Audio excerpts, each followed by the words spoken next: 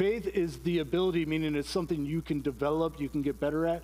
Faith is the ability to do what you can do and trust God to do what only God can do. And I want you to memorize this statement because I think it'll help you. So let's say it together. Faith is the ability to do what you can do and trust God to do what only God can do. Let me ask you a question. What percentage of your life do you control? 100. 100%. I appreciate the accountability, but yeah, just think about all the factors that influence your life, your race, your gender, your sexuality, the kind of parenting you receive, the kind of education you receive, the region of the country you grew up in, the fact that like a situation could happen that could change everything. A tornado could roll through, a heat wave could roll through. If you're living in Ukraine, the Russians could come in. I mean, things can change. There's all these factors that have huge amounts of influence on our lives and how we live. What percentage of your life do you control? I don't know the answer. But let us just say, for argument's sake, it is what? 10%. We talked about this on our family vacation. Let's say it's 10%. And so in this case, faith is doing your 10% and trusting God with the 90%. Just a metaphor for this idea of faith. We've talked about this here at Faith United Church of Christ many times, but I think it's helpful. I see Sherry smiling. She's like, I know this one. Yeah. Faith is doing your 10% and trusting God with the 90%, but as I've experienced in my life, and I bet you Sherry's experienced in her life, and many of us have experienced in our lives, you know what we tend to do? We worry about the 90%. We spend what is he going to say? What is she going to do? What's the weather going to be like? What's going to happen? We worry about all these things we can't control, and it does not help. In fact, here's what Jesus says about worry. He says, who among you by worrying can add a single moment to your life? Worry is a subtraction. It takes away. And we tend to spend a bunch of our energy and our time worrying about the things that we can't control. And so I would say to you, don't spend your energy on the 90% you can't control while neglecting the 10% you can control. I gave a different image last week. The life is like this journey with all these steps along the way. And we'd like to know what all the steps are, but rarely do we get to know all the steps. And because we don't know all the steps on the journey and we can't see how exactly it's going to work out, sometimes we fail to take that first step. Doing your 10% is to take the step that's in front of you. Don't spend all your time, what is he going to do? And what's the weather going to be like? And who's going to be there? All of these things. And you spend all your energy on that 90% and you neglect the 10% that's in your control. Faith is doing your 10% and then trusting God with the 90%. I want to take you to a story in Matthew chapter 14. Chapter 17 is where Jesus talks about moving mountains. But in the run-up to that famous statement about moving mountains with the faith the size of a mustard seed, Jesus gives lesson after lesson after lesson about faith. And so I'm going to share with you a story today that is actually a story found in all four Gospels. There's not too many that are in all four Gospels. And if you're good, I'll share the next story with you next week. You're like, wait, that doesn't work out. But see, you all just kind of want one story because you want to get out of here and eat. So if you're bad, I'm going to share 3 stories, okay? All right, so here's this one story, and it's a powerful story. Every one of the gospel writers tells it.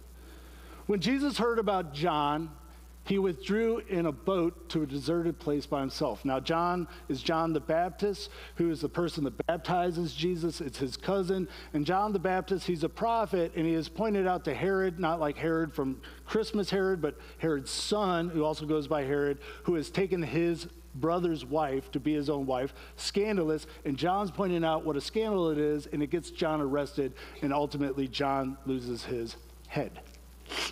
Like that, right?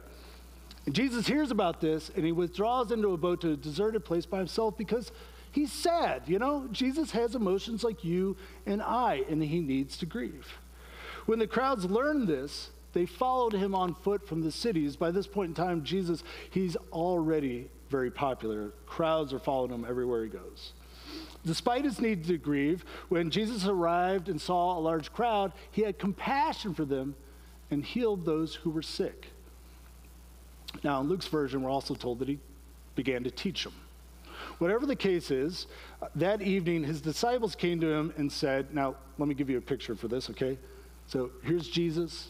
He's in the middle there. He's got all his disciples around him. Then the rest is the crowds, okay? Right? It's a huge crowd. I should have made it at night, but I didn't have time for that. It's evening, and they come up to Jesus, and one of the disciples say, this is an isolated place, and it's getting late. Like, Jesus, you've been healing people and teaching people, so obviously you're not watching your watch here, and it's getting late. And I'll tell you, pointing out problems can be productive.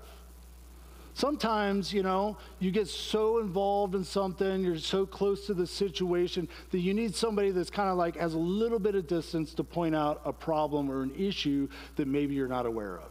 Pointing out problems can be productive.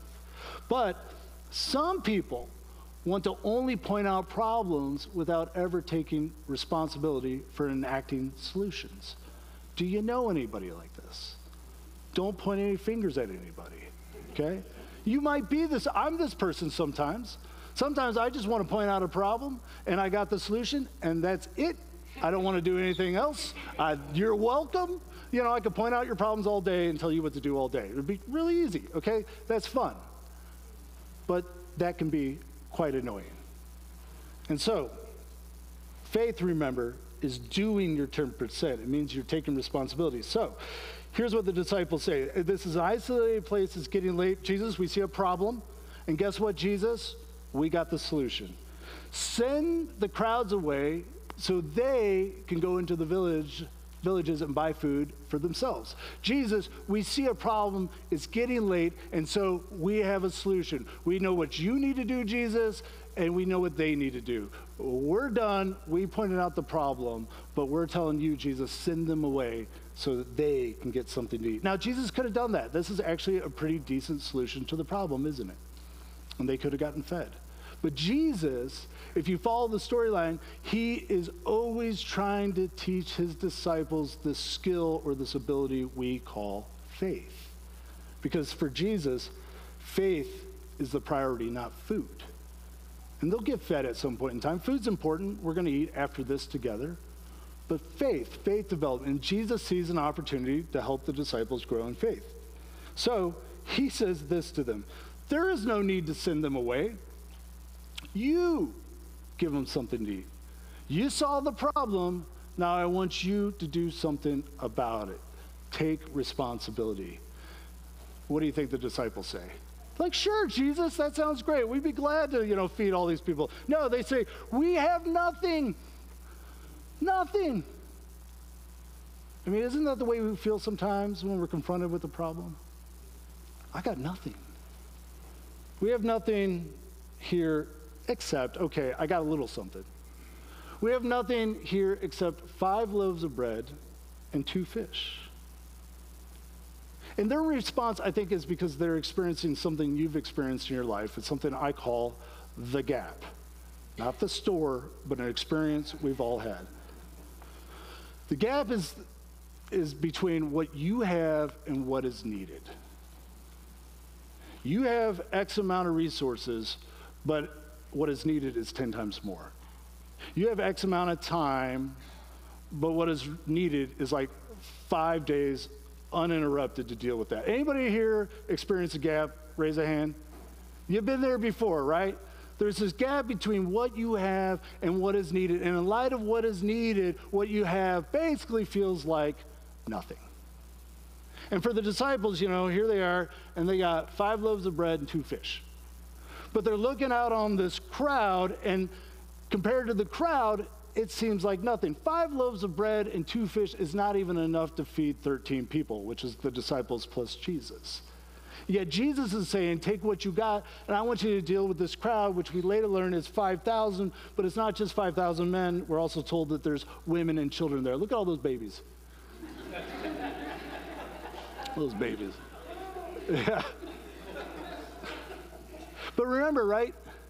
Jesus later gives us this lesson that we already know about. He says, I tell you the truth, if you had faith even as small as a mustard seed, you could say to this mountain, move from here to there, and it would move.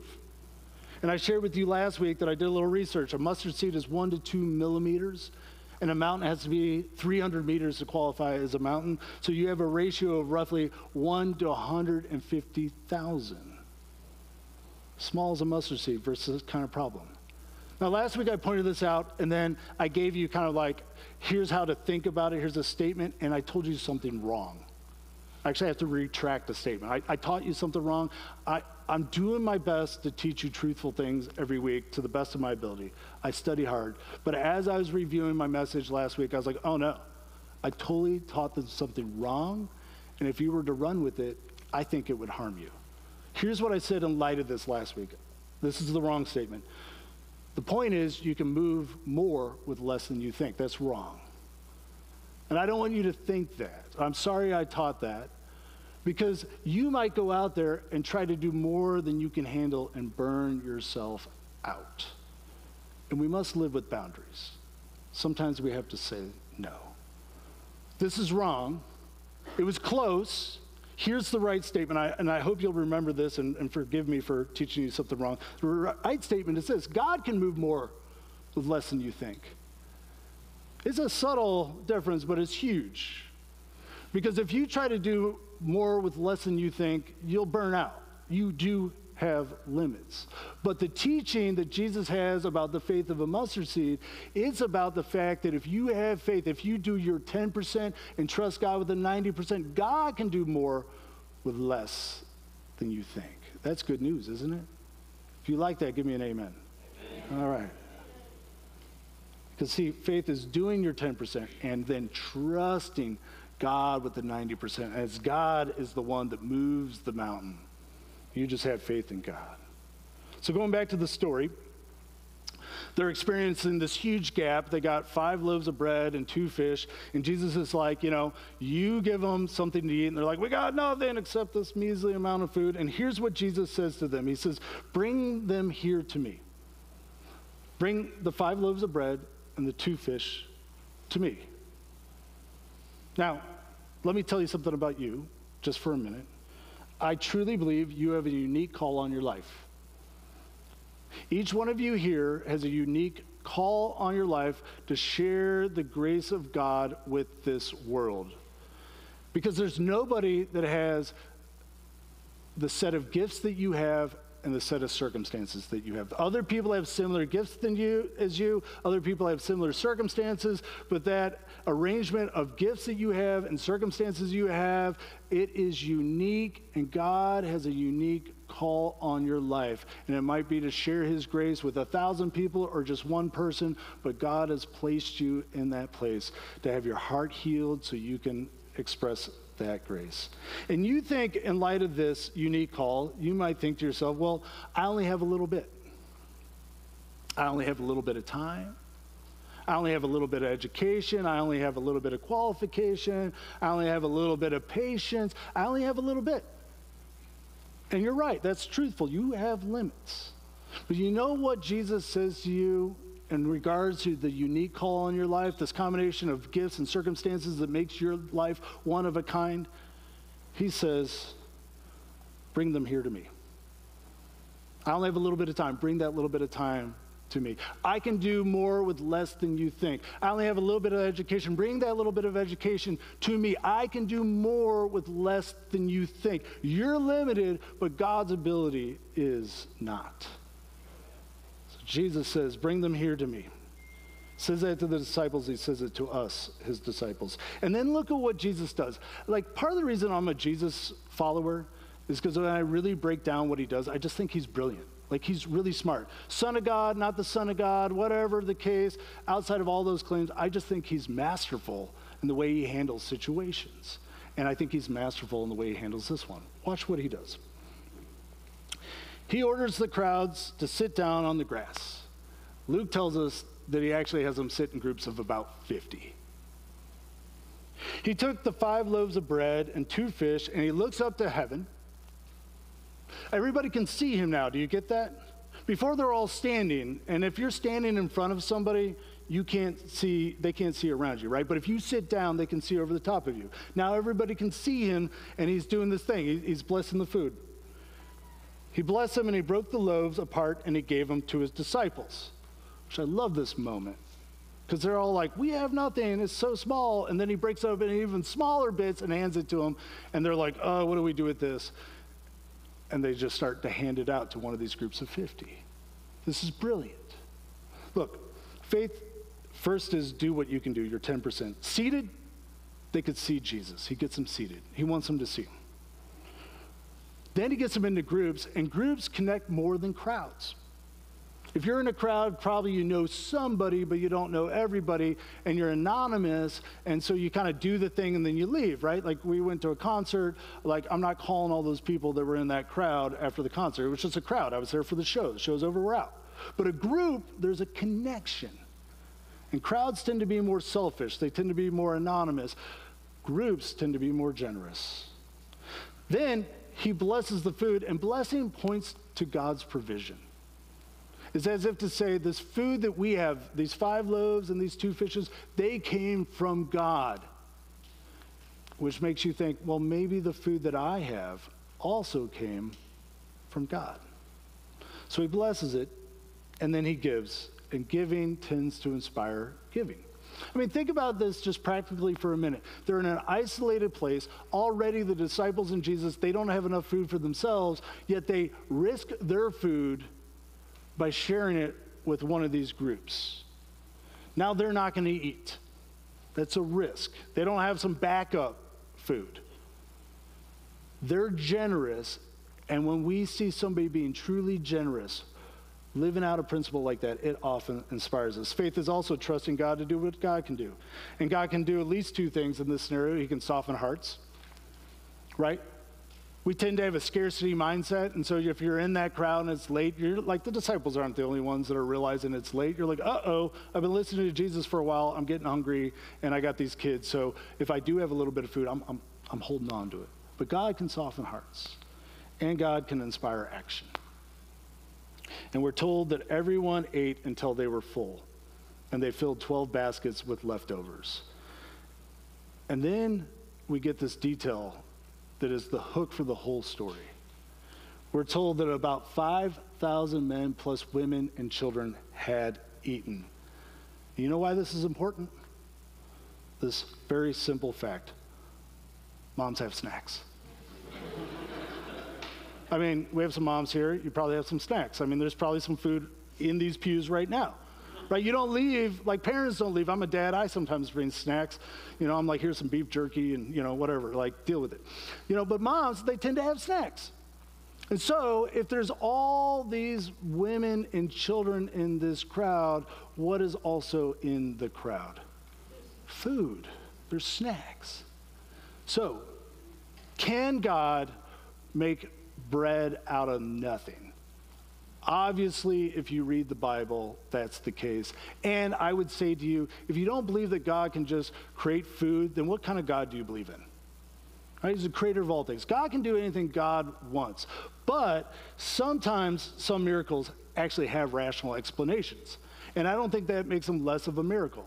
So I'm just suggesting to you, Jesus, he's brilliant. He knows how things work. He has them sit down. He gets them in groups. He blesses the food to remind them, hey, look, those snacks you got there, at some point in the journey, they actually come from God, just like this bread came. And we're going to risk it, and we're going to inspire you to go ahead and open up your backpacks and start to share those snacks that you brought too. And when people started to be generous, then the amount of food multiplied. Let me ask you something. What if you believe this? Not this story or this rendition, but this idea of faith. That God can do more with less than you think. That if you would just do your 10% and trust God with the 90%, that little bit of faith can move mountains. What if you believe this? What if you were able, instead of worrying about the 90%, spending all your energy there, making yourself sick. That's another image Jesus gives. It's like spinning, you know? This is what worry looks like. And you just spin and spin. I'm going nowhere, right? Not making any progress. I'm just getting sick, and I might fall down if I keep going. Instead of doing that, what if you just took this? I don't know what the next steps are going to be. What if you just took the step that's in front of you? What if you just did the thing that you could do and trusted God to do what only God can do? How would your life be different? That relationship you can't seem to repair, what if you just made the phone call? What if you just offered the apology? That health issue that, you're not going to get over, what if you just went to see the doctor? What if you just sat down with the therapist? Whatever it might be. What if you went to the office hours of the professor and talked to him? What if you did your homework? If you just did what you could do. Go to bed on time. I'm working on that myself. I don't need to scroll at 11:30 at night. Get some proper rest. Do what you can do and see what God will do. So the next time, I'm just going to encourage you, next time you face a mountain, just do your 10%. Okay? Next time you face the gap, just do your 10%. And then trust God with the 90. Because God can move more with less than you think. Let's say it one more time together and we'll pray. Faith is the ability to do what you can do and trust God to do what only God can do. Let us pray.